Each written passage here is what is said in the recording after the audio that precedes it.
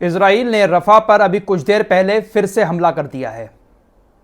परसों शाम ही इजराइल ने रफा के ऊपर हमला किया था, जिसमें 50 से 60 लोग जिंदा जलकर मर गए।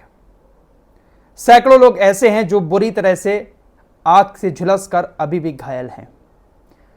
इजराइल की तरफ से अभी कुछ देर पहले फिर रफा पर एक हमला किया गया है और यह हमला फिर उन्हीं जगहों पर किया गया है जिसको सुरक्षित जगह बताया जा रहा है।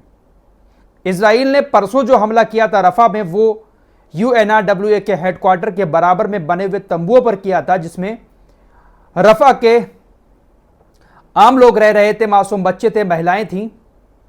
इस हमले के बाद पूरी दुनिया में हड़कंप मचा। संयुक्त राष्ट्र से लेकर यूरोपीय यूनियन तक ने इस हमले की निंदा की। OIC ने भी निंदा की। इजराइल को कैसे रोकना है किसी को नहीं पता। इजराइल सिर्फ और सिर्फ बेगुनाह लोगों को मार रहा है।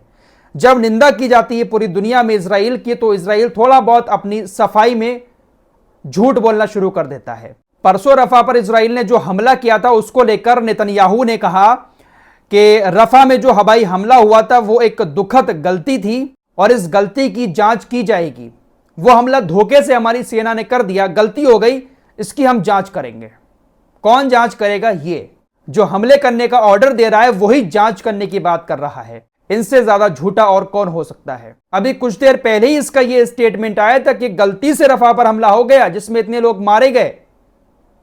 इसके स्टेटमेंट के कुछ ही देर के बाद इजराइल की वायुसेना ने फिर रफा पर हमला कर दिया और वहां पर 22 लोगों के अब तक मारे जाने की खबर सामने आई है। इन झूठों पर क्या ही यकीन किया जाए। किसी पर भी यकीन कर ले दुनिया, लेकिन इनके ऊपर यकीन करना बेवकूफी होगी। फिलहाल गाजा को लेकर नेतन्याहू जो कुछ चाह रहा है वो कभी हासिल नहीं कर सकता।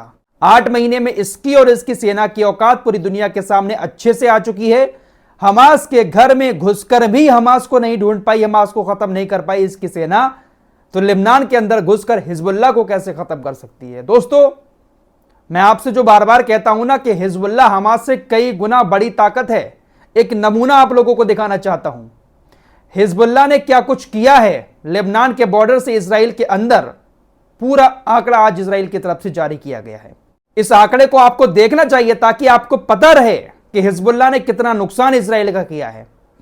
इजरायली युद्ध मंत्रालय ने आंकड़ा जारी करते हुए बताया है कि 7 अक्टूबर से उत्तरी कब्जे वाले फिलिस्तीन में 86 बस्तियों में हिजबुल्लाह रॉकेटों ने 930 निवासियों के घर डैमेज कर दिए हैं। उत्तरी इजराइल में हिजबुल्लाह ने अपने रॉकेटों से 930 घरों को डैमेज कर दिया है। एग्जाम्पल के लिए अल मनारा में 155 में से 130 घर पूरी तरह से नष्ट हो गए हैं। मेटुल्ला की बस्ती में अधिकतम 34 निवासी बचे हैं। सबसे बड़ी बस्तियों में से एक किरियत शामोना की आबादी 24,000 से घटकर 4,000 से भी कम हो गई है और इसके भीतर 124 घर पूरी तरह से डैमेज हो गए हैं। ऐसा तब हुआ है जब इजराइल के 2 लाख से ज्यादा उत्तरी इजराइल के निवासी अपने अपने घरों को छोड़कर भाग चुके हैं। जिस तरह से गाजा के लोग शरणार्थी शिविर में रह रहे हैं, इसी तरह से दक्षिणी इजराइल के यहूदी भी 2 लाख कम से कम यहूदी शरणार्थी शिविर में रह रहे हैं। कुछ लोग ऐसे भी हैं दक्षिणी इजराइल के जो अलग राज्य की मांग कर रहे हैं। उनका कहना है कि हमें इजराइल से अलग होना है। इजराइल की मार्गालियट की बस्ती ने कल ही इस इकाई से अपने संबंध भी तोड़ लिए हैं। बहुत सारे इजराइल के यहूदी हैं जो चाहते हैं कि हमें अलग राज्य दे दो, हम इजरायली देश के साथ नहीं रहना चाहते। तो हिजबुल्लाह ने उस बॉर्डर पर इजराइल को सुकून नहीं लेने दिया है और यह लड़ाई अब की नहीं है, बहुत पुरानी है। हिजबुल्लाह के साथ इजराइल की जंग बहुत पुरानी है, लेकिन अभी तक हिजबुल्लाह का बाल भी बांका इजराइल नहीं कर पाया है। इजरायली सेना की इतनी हिम्मत नहीं हो रही कि वो लेबनान के बॉर्डर के अंदर घुसकर हिजबुल्लाह को खत्म करे। घुसने की कोशिश कई बार की है, करती रहती है, लेकिन हिजबुल्लाह सबको खदेड़ देता है। यह आंकड़ा आपको याद रखना पड़ेगा। बहुत सारे लोग कहते हैं कि क्या किया है हिजबुल्लाह ने, यह सब किया है हिजबुल्लाह ने। जब दुश्मन का सामना करने का जज्बा हो ना, तो सामने वाली फौज भी कांपती है, लेकिन जब इंसान बुजदिल बन जाता है तो फिर मिस्र जैसे हालात हो जाते हैं। मिस्र के रफा बॉर्डर पर इजरायली सेना पहुंच चुकी है। आपको लगातार जानकारी दे रहा हूं। कल इजरायली सेना ने गोलीबारी की थी जिसमें कुछ इजिप्ट के सैनिक मारे गए थे, कुछ घायल हो गए थे, जिसकी आज मौत हो गई। ये फौजी है इजिप्ट का, यह भी घायल हो गया था कल इजराइल की गोली लगने से। घाव ज्यादा बढ़ गया था जिस वजह से इसकी अभी कुछ देर पहले मौत हो गई है। दोस्तों, आज 28 मई है। आपको मैं पिछले हफ्ते बता चुका हूं कि आयरलैंड ने फिलिस्तीन को आज़ाद राज्य की मान्यता दे दी थी। स्पेन, नॉर्वे और इटली जैसे देश अभी भी लाइन में थे।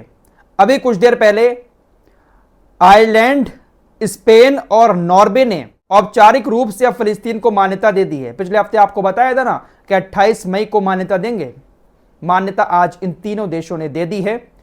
यूनाइटेड नेशंस के 193 सदस्य देशों में से 146 देश अब ऐसे हो चुके हैं जो फिलिस्तीन को मान्यता दे चुके हैं। ब्रिटेन, ऑस्ट्रेलिया, माल्टा और स्लोवेनिया ऐसे हिंट दे चुके हैं कि वो भी बहुत जल्द फिलिस्तीन को आजाद राज्य के रूप में मान्यता देने वाले हैं। अगर सारे देश यूनाइटेड नेशंस के फिलिस्तीन को आजाद राज्य की मान्यता दे देते हैं तो ये बहुत बड़ी बात होगी फिलिस्तीन के लिए।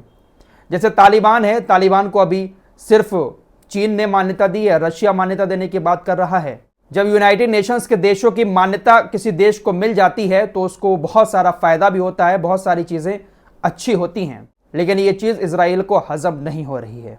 अब बात कर लेते हैं हुतीज की। हुतीज ने एक और बड़े जहाज को निशाना बनाया है। ये बड़ी खबर है, इसको पहले बताना चाहिए था लेकिन बाद में बता रहा हूं।